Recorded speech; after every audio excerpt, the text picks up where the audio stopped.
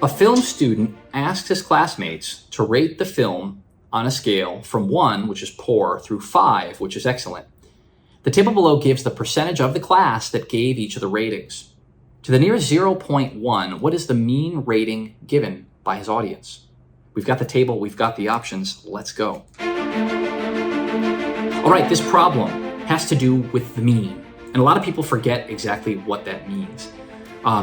When you think of the word mean, think of what would happen if somebody called you very average. They're like, hey man, you're pretty average.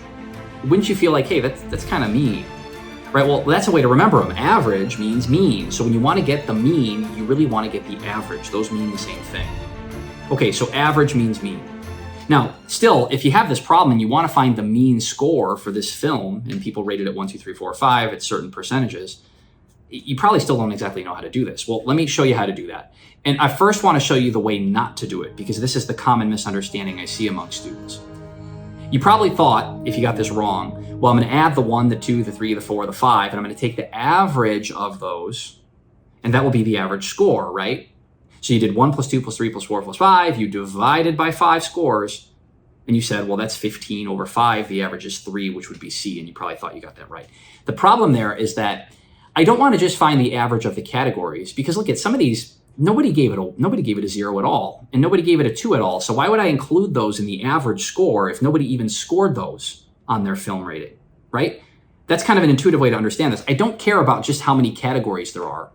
What I care about is the weights of how often those categories were used. So in this case, like, how often did people give it a 3? How often did people give it a 4? How often did people give it a 5?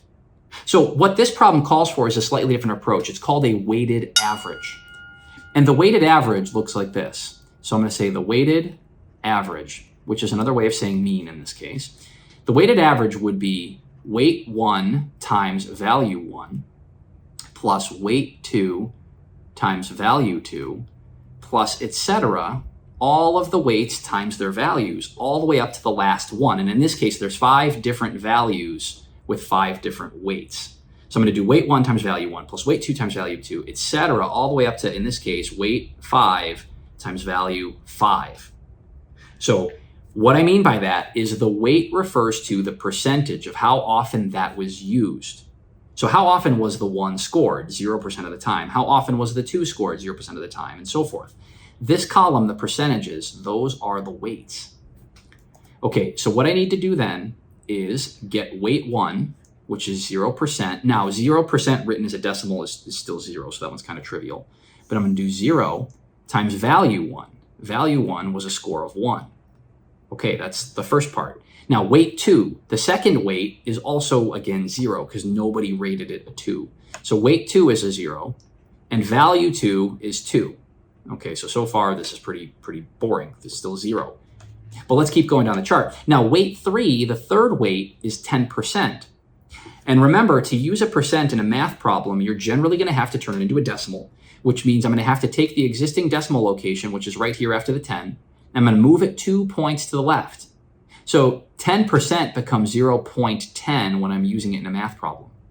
So weight 3 is 0.1, and value 3 is 3.